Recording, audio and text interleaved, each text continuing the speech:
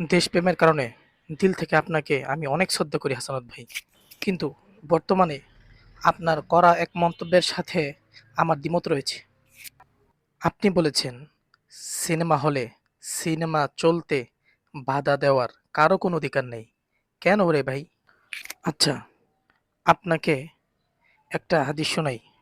মুসলিম শরীফের হাদিস। হযরত আবু সাঈদ খুদরি রাদিয়াল্লাহু তাআলা আনহু থেকে বর্ণিত। তিনি বলেছেন, আমি রাসূলুল্লাহ সাল্লাল্লাহু আলাইহি ওয়াসাল্লামকে বলতে শুনেছি, তোমাদের মধ্যে যখন কেউ কাউকে অন্যায় কাজ করতে দেখে, তখন সে যেন নিজ হাত দ্বারা প্রতিহত করে।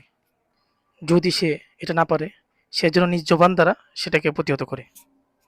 যদি সেটাও না পারে, সে যেন নিজ অন্তর দ্বারা সেটাকে ঘৃণা করে। আর এটা হচ্ছে ঈমানের সর্বনিম্ন স্তর।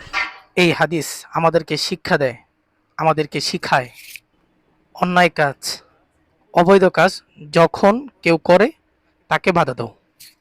সুতরাং যারা সিনেমা হলে সিনেমা চলতে বাধা দিয়েছে তারা কোনো অন্যায় কাজ করেনি, বরং তাদের কাজটাই মূলত সঠিক। তারা কোনো ভুল কাজ করেনি। একজন মুসলমান হিসেবে যারা সিনেমা দেখে এবং যারা সিনেমা দেখতে যায় এবং তার পিছনে টাকা খরচ করে, তাদেরকে বাধা দেওয়া একজন মুসলমান হিসেবে আপনারও তো কর্তব্য ছিল প্রিয় ভাই। আপনি এমন একটা পোস্ট দিয়েছেন যার দ্বারা বোঝা যায় যারা সিনেমা হলে সিনেমা চলতে বাধা দিয়েছে তাদেরকে আপনি নিন্দা করছেন, তাদের এই কাজকে আপনি নিন্দা জানাচ্ছেন।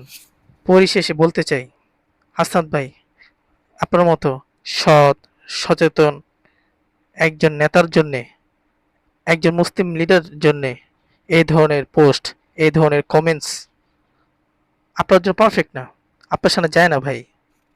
ভাই, আপনার উক্ত পোস্ট, উক্ত কমেন্টস হতে ফিরে আসার আহ্বান রইল। সুপ্রিয় দর্শক, আমার এই বিশ্লেষণের ভিতরে আপনাদের নিকট যদি কোনো ত্রুটি পরিলক্ষিত হয় তাহলে অবশ্যই কমেন্ট বক্সে আমাকে জানাবেন।